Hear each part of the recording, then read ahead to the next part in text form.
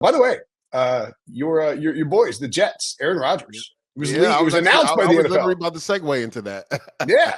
Before we get into what we do if we were Roger Goodell, I'm curious what you think about Rodgers opening up on Monday Night Football, I believe, for the second year in a row. This time on the road, out in California, playing the 49ers.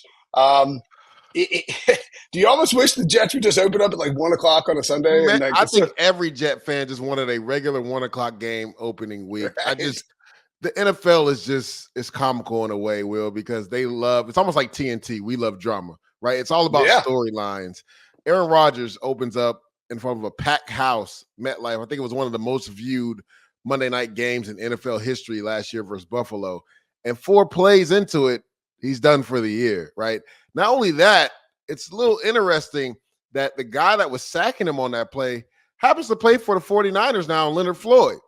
There's storylines galore. Like last year, Rodgers started the season on Monday Night Football, got hurt. This year, he started on Monday Night Football again. And the guy, and it wasn't Leonard Floyd's injury. I want to preface that by saying that. It wasn't his fault Aaron Rodgers got injured. But the guy that sacked him when he did get injured is now playing for the 49ers. So it is just like the storylines for the NFL literally write themselves. The NFL may have been invested, though, in like making sure that Rodgers wasn't out on the MetLife turf with like misty rain on a Monday night. Like, all right, let's get this guy on some grass. At 4 o'clock though. Like, it didn't have to be Monday Night Football. I know. Yeah, I mean, no, that's for sure. And look, the Jets have had a quieter offseason than the one they had last year, but that doesn't mean it's been entirely quiet. We talked about the Chiefs and the Ravens on Monday's show. I'm trying to think, what was the other? Oh, they announced the first Thursday night game is going to be Bills and Dolphins. Yep. The first Amazon Thursday Night Football too, game. But yeah. So it's kind of interesting. Week 2, the Chiefs game versus the Bengals. Bengals and Chiefs. Yeah. So that's right. So we know the Chiefs will get the Ravens at home, and then I think they're at the Bengals. No, I think they're at home again. Yeah, they're at okay. Yeah. But I mean, that's interesting for the Bengals because it's an early test. The Chiefs are getting 2 AFC North games out of the way, like 2, and look, you get all that time to prepare for theRavens, and then you get the extra time to prepare for the 3 days to prepare for the Chiefs. I mean the Bengals, yeah. So it's interesting, right? Because people will say, the NFL's after the Chiefs because they're going for the 3-peat. But I'm like, if you're the Chiefs, you love that because of what you just said. If you look at their schedule, they have the NFC South, which a lot of people assume is going to be the worst division in football. But then they also have the AFC North, which everybody thinks is the strongest division in football. And they get those 2 teams early in the season. And for people that don't know, Will, like the first 3 or 4 weeks of the season is a fill-out process because the way that teams conduct training camp, a lot of their front line guys don't play in preseason games. So essentially the first 2 or 3 weeks is kind of like preseason for a lot of these teams, especially with the extra game and you're getting 17 games now. So that's why a lot of times in September, you see sloppy football, right? Teams will come out slow. Now, Andy Reid has always been synonymous with having great Septembers. Actually, every month is great for the Kansas City Chiefs, but more specifically September. So if you're Patrick Mahomes, yes, this is 2 gauntlet games, but you love this because you're hoping that the Bengals aren't where they need to be at the time. You're hoping the Ravens aren't where they needed to be at the time. And then you look at the rest of your schedule, it's favorable, right? Because you're probably getting the 2 toughest teams. Now, again, the Browns are a team that need to be reckoned with because of their defense, right? And anytime you can run the football as well as they've been able to run it. But then you get Pittsburgh, who we don't know who's going to be their starting quarterback. We know it's Russ right now, but could it be Justin Fields? And then again, the AFC West is not as strong as it used to be in years past. And then you get the NFC South, Will. So I'd rather start off with the harder teams because it's an even playing field because everybody's working through things in the beginning of the season.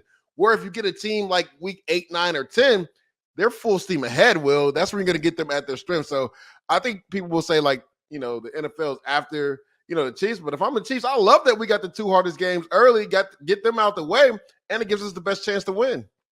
By the way, Patrick Mahomes, 15 of 4, 56 touchdowns, 6 interceptions, 8.4 yards per attempt, 68% completions, 5,904 yards. I believe that averages out to 310.7 yards per game. All but that yards per game is his best stats by a month. That's in September for Patrick Mahomes in his career. It's the best month by far in his career. It's been a narrative over the past few years.